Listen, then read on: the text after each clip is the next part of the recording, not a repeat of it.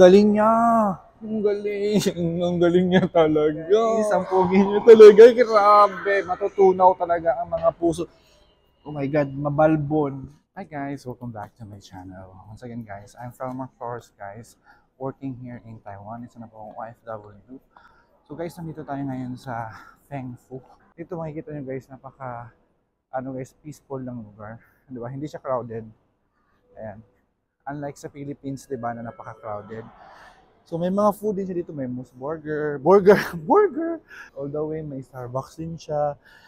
Ito yung kailang ticketing dito guys, so kung gusto mo mag-ticket guys. Kung kayo pupunta kayo dito, bibisita kayo guys sa Taiwan. Pag nakita niyo yung mga train station dito, sobrang ganda. Peaceful ang lugar ba. Tapos hindi siya crowded. Alam niyo yun. Kaya recommended talaga siya. Mag-visit kayo dito guys sa Taiwan. So ito yung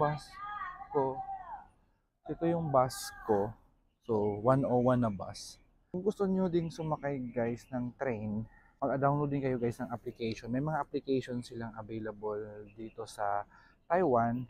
Doon lang kayo magbe-base. Ang gamit ko pala dito sa bus guys ay yung Yoyo card. So may Yoyo card ako dito. So mag-provide din kayo ng Yoyo card dito para makasakay kayo sa mga public transportation. Alis na kami guys. So konti lang ang tao. Kung anong oras guys, doon talaga ang susundin na hindi yung nag-iiba. Kung kayo pa late, may late ka talaga kung hindi ka nag-aabang ng maaga ng bus station. Hey guys, kanina 'di ba nasa biyahe ako. So hindi na ako nakapag-update sa inyo guys kasi madaming nangyari kanina. Dahil nga nandito ako ngayon sa Chunai, nagbalak kaming manood ng sine. Papakita ko sa inyo guys kung ano yung mga showing ngayon dito sa Taiwan. Kasi ang papanoorin namin ngayon guys ay The Wicked. Showing na rin ang Now You See Me 3. Showing din dito guys yung I don't know, hindi ko alam yung mga show. Pero ang daming showing dito. So ikaw na lang mamimili guys kung ano yung mga gusto nyo papanoorin.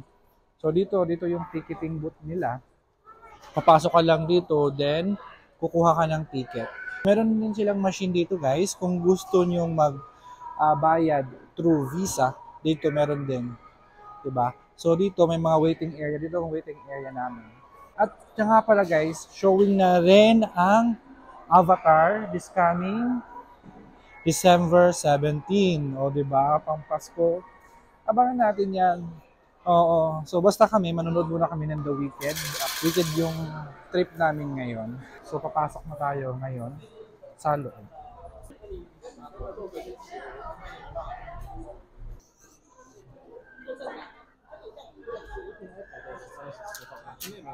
Ito na kami pa sa taas guys. So hindi pa siya nagsisimula. One eternity later. Unlimited for the better. So ayun na nga guys, natapos na yung aming panonood ng The Wicked. So the best yung experience na napanood ko guys. Grabe, manood kayo. Kasi guys, kung hindi kayo manonood, magsisisi talaga kayo.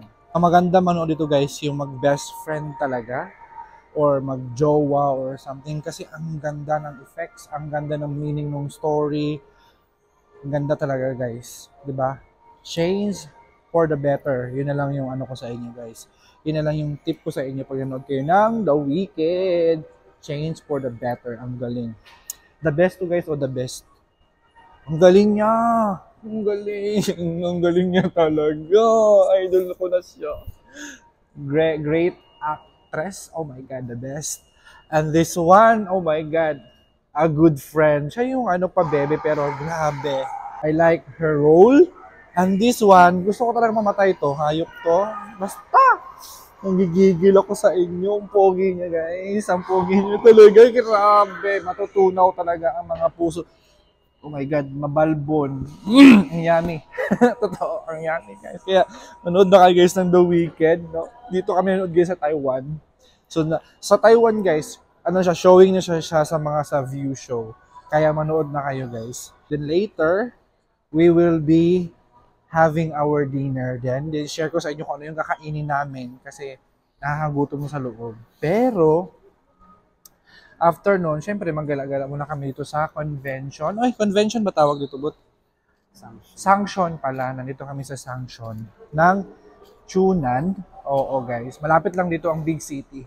So, dito namin chinus. Nilibre niya ako. Diba? So, gano'n niya ako kamahal. Ay, charot! Mahal na mahal niya ako. So, dito may Spanish Club, guys. Oh. Okay, thank you. Weekend. Ang galing. Ayan ako sa weekend. Ang galing niya. Pati sa mga elevator, guys. Weekend. Oh my God. The best. Ganda ng animation. Ganda ng sound effect. Favorite niya kasi yung mga anime. Anime cartoons pala.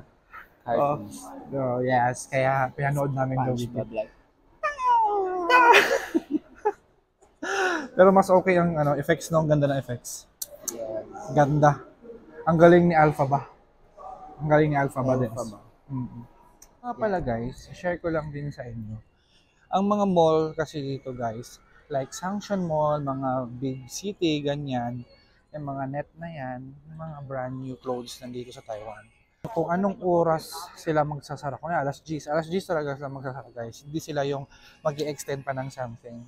O kung gusto mong hahabol, ay hindi pwede. Kaya dito ay on time talaga sila guys. Kaya pag kami naabutan ng alas 10, labas na talaga kami. Pala guys, pag gabi dito naglalakad sa Chunan, hindi delikado. Ano siya kasi dito, safety yung lugar niya. Dito guys, sa gabi walang tambay dito kasi may mga pulis na nag-iikot. Diba guys, ang daming sasakyan kanina. Wala kayong naririnig ni isang busina, di ba? Pag magbubusina ka kasi dito, nagagalit ang mga tao, tsaka cause ng noise pollution. Kaya, maganda talaga dito guys, high star. Kaya kung gusto nyo pumunta sa Taiwan guys, mag-apply na kayo. Kung may nakita kayong hiring ng mga agencies dyan, try lang ng try guys. Kasi isa din ako sa nangangarap dati at, di ba, nakakatuwa lang at nakakarating na din ako dito at kasama ko na din siya. Yun na nga guys, nandito na kami sa transient. Karating lang namin. So ito yung transient namin guys. Ang upa dito ay 700 per day. Worth it naman kasi malinis, mabango, may CR, may shower, kompleto na siya. Yung experience kanina guys, isi-share ko lang. Sobrang amazing kasi ang ganda ng visual nung napanood namin. Tsaka yung settings ng lugar, grabe ang effort talaga. Iba talaga gumawa ang mga ibang bansa guys pagdating sa ganong animation. Kasi sobrang effective sa mga mata namin or sa mata natin pag napanood nyo. Grabe, ang galing ni Alphabab. Alphabab ba yun?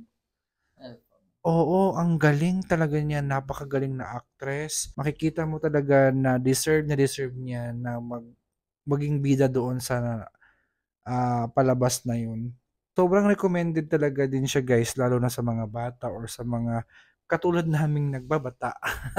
Nagbabata kasi sa tanang buhay ko, hindi naman ako laging laking sinihan. Kumbaga, nito ko lang na-experience yung mga ganon. I'm so happy kanina nung nasa loob ako kasi siya parang healing siya ng inner child ko na dati gustong gusto ko talagang makapasok sa sinihan, kung ano ba yung nasa loob ng sinihan, kung ano ba yung meron, 'di ba? Kasi yung mga klase ko nagkikwentuhan ganito ganyan. Tapos sila doon nakapasok sa sinihan, grabe daw, ang ganda-ganda daw. So, parang healing talaga siya sa akin yung mga first time ko. Pag nilibre niya ako ulit, sama ulit ako pag libre. Pag hindi libre, edi hindi sasama. Dito matutulog sa dorm, sa transient, 'di ba? Ganon lang yun guys. So, kung nagustuhan niyo po ang ating video ngayong araw na to guys. Kung gusto niyo pa ng mga more experience dito sa Taiwan, 'di ba? I will share guys ng mga tips kung ano ba dapat gagawin dito sa Taiwan at kung ano ba yung mga transportation nila. Basta all about Taiwan guys, I will share it with you. This is Farmac Flores. Once again, bye-bye.